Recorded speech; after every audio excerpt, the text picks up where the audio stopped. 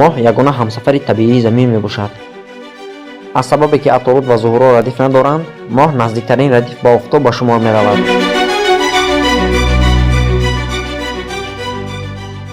чӣ гуне ки медонем, моҳ баъд аз Офтоб дуюмин ҷирми равшан дар кураи осмон мебошад.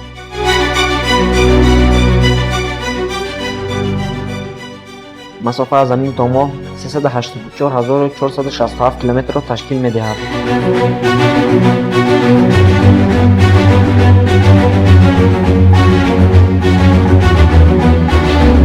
масофаи дуртарин апогей 405696 ва масофаи наздиктаринаш бошад перигей 354988 километрро ташкил медиҳад.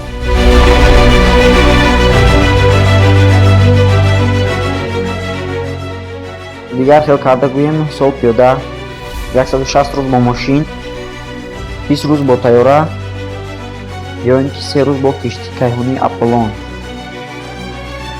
суръати миёнааш дар мадор, яъне дар атрофи Замин ба 1023 км/сония баробар аст.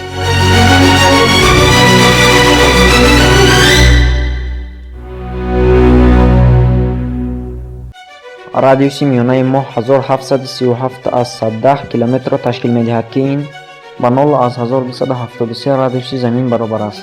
массааш бошад ба 7347 зарби 10 дараҷааш 22 килограмм.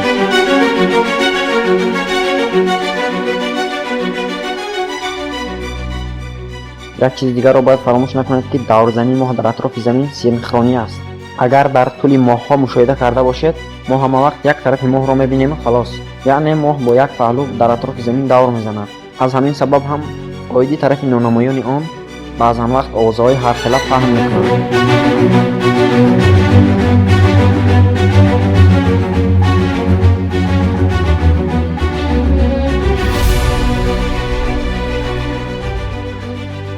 хеле ки медонед, моҳ баъд аз Офтоб дуюмин ҷирми равшани кураи осмон мебошад ва олимон равшаноии ҷирмҳоро бо қадрҳои ситоравӣ чен мекунанд.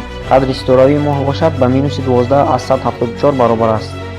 оиди атмосфераи моҳ ҳаминро гуфтаниям, ки нишонаҳои молекулаҳои гидроген, гелий, неон ва аргон пайдо шудаанд, аммо бениҳоят тунук. аз ҳамин сабаб ҳам мегӯянд, ки моҳ атмосфера надорад.